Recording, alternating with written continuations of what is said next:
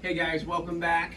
We're doing a little paint work on the 68 Plymouth GTX, and figured I would just show you what took place.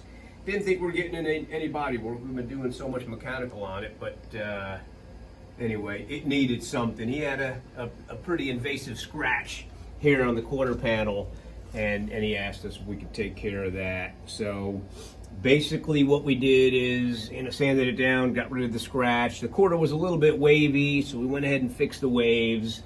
One problem is the Dutchman panels on a convertible, where it blends in with the quarter panel, it doesn't have a seam here like a hardtop would. If it did, we could have done a paint line there at the seam and then just did the actual quarter panel.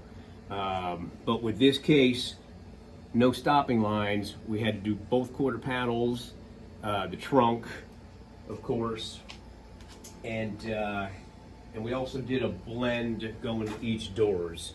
So what the blend is, kind of give you a rundown on that. We picture matched the paint, and that's with a paint camera. It actually has like a suction cup. You put it right over the paint, and it's supposed to match it pretty close.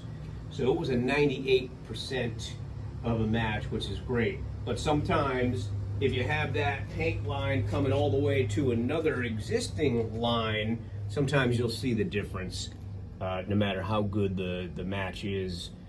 So what we did was, we did a blend. And a blend means you don't do solid paint coming right to the door. It's solid paint back there, and the closer you get to the next panel, you blend it. You slow that color down so you have some of the original color underneath it with some of the new color, and then of course you clear coat the entire repair. So that's what we did. We did a blend on both sides where it's blending into the door, and solid paint toward the back, trunk, all that, and that's about it.